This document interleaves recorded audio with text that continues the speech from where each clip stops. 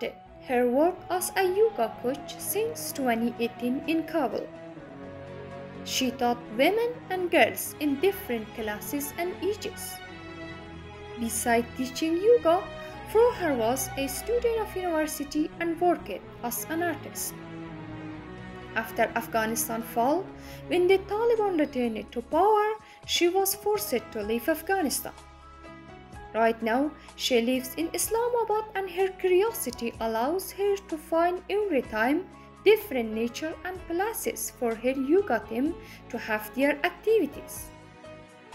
For this exercise, she chose a historical place by the name of Taxila Stupa.